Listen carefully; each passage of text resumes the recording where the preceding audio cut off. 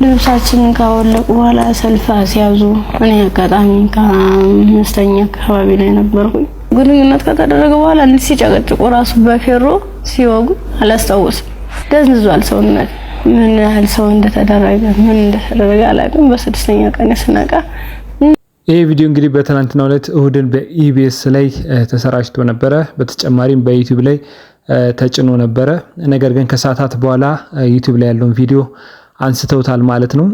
ያነሱበት ምክንያት እስካሁን ድረስ ኢቢኤስ አላሳወቀም። ነገር ግን አንዳንድ ሰዎች እንደሚናገሩት ከሆነ ቪዲዮ አፕሎድ ከተደረገ በኋላ ከዩቲዩብ ላይ እንዲጠፋ ያደረጉት የብልጽግና ባለስልጣናት ናቸው ተብሎ እየተወራ ይገኛል ማለት ነው በብዛት። እንግዲህ እኔም ከቲክቶክ ላይ ያገኘሁትን ቪዲዮዎች እንደምንም ብዬ ገጣጥሜ ወደ እናንተ ጋር መረጃው እንዲደርስ እንድታዩት ስል አቅርቤያለሁ ማለት ነው። ነገር ግን እዚህ ጋር አንድ ነገር ብጨምር መልካም ነው። ምናልባትም ልጅቷ ታግታ የነበረችው በኦነግ ነበረ። ምናልባትም የኦነግ አንደኛው ክፍል ከመንግስት ጋር መታረቁ የሚታወቅ ነው። ሰራዊቶቹም ከኢትዮጵያ መከላከያ ሰራዊት ጋር መደባለቃቸው የሚታወቅ ነው። እንዲሁም አመራሮቹ ስልጣን ተሰጥቷቸዋል።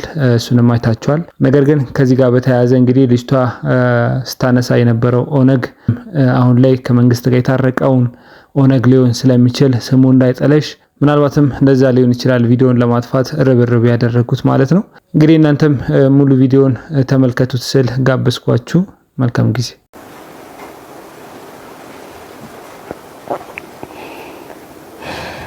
ይብላኝ እኔ እንጂ ብዬ ያርኩኝ ከዛ ያርኩኝ አላቋርኩኝ ሀገሩን እንዳልጠየቅ ምኑን ልጠይቃቸው በቃ ውስጥ የተጨነቀው ሁሉ መጨረሻ ላይ ጫካውን ስጨርስ ከተማ አገኘሁ።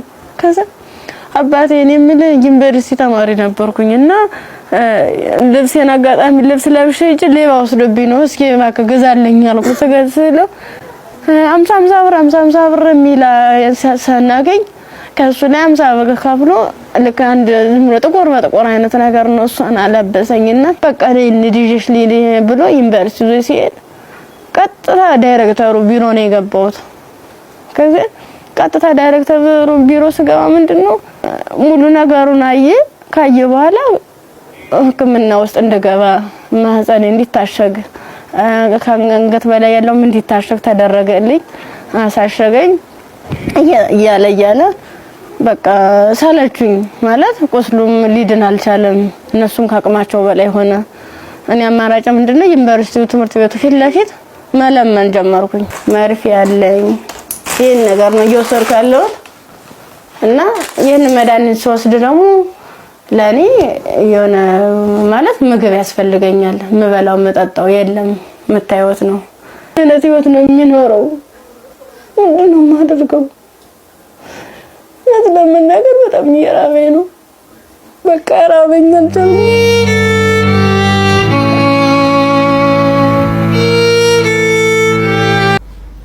ልብሳችንን ካወለቁ በኋላ ሰልፍ ሲያዙ እኔ አጋጣሚ ከአምስተኛ አካባቢ ላይ ነበርኩኝ። ግንኙነት ከተደረገ በኋላ እንዴ ሲጨቀጭቁ ራሱ በፌሮ ሲወጉ አላስታውስም። ደንዝዟል ሰውነት። ምን ያህል ሰው እንደተደረገ አላውቅም። በስድስተኛ ቀን ስነቃ እንደማወላ ነው የሚፈሰው።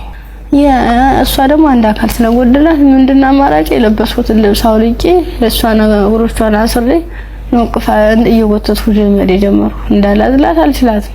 ከዛ አብረን ነው እኮ ምን ሄደው አንቺ ነው እኮ ትችላለሽ ስትለኝ እንዲሁ ነው ሁለት አካል ስንኩል ማን ይቀበለናል አልኳት። እንግዲህ ማንም ቢሆን እንደዚህ ደም እየፈሰሰ እንደዚህ ምድሩ ሁሉ ጨልሞብኝ ነገ ወዲያ የተሻለ ህይወት አገኛለሁ ብዬ ነገ ወዲያ ጥሩ ቦታ ደርሳለሁ ብዬ አሰብኩት ልጅ በቃ መጨረሻው እንደዚህ ሲያመር እንደዚህ ሲሆን በጣም ከፋኝ። በቃ ለወሊውም ነገ ወዲያ እንዴት ነው የምሆነው? ምንድነው ማድረግስ የምችለው? በምን አይነት መልኩ ነው ህይወቴንስ መጠገን የምችለው? አይዞሽ የሚለኝስ ማንኛው ሰው ነው? በቃ አለው እንደዚህ መጨረሻ ላይ ምንድነው ጎዳና ተዳዳሪ ሊሆንኩት ጎዳና ነው ወርቄ በቃ እኔ እንጃ።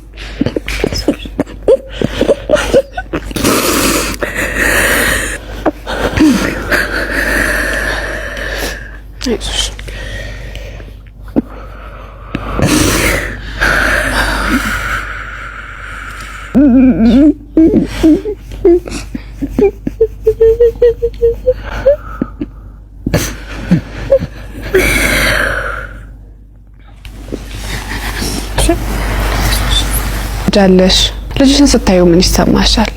ከፋኛል በጣም ምክንያቱም እሱ ባይኖር የኔ ያለ እንትን አለለም ነበር ማለት ልጅ ስትይ ከባድ ነው ለልጅ ስትይ ያልሽ ሆነ ያዘጋጀውላችሁ ቪዲዮ ይሄንን ይመስላል። የዚችን ምስኪን ድምጽ መቀማት ድምጿ እንዳይሰማ ማድረግ እንዳትረዳ ማድረግ ይሄ ትልቅነት ነው ብዬ አልጠብቅም። አንድ ራሱን ትልቅ ነኝ ከሚል የመንግስት አካል ይሄ የሚጠበቅ አይደለም።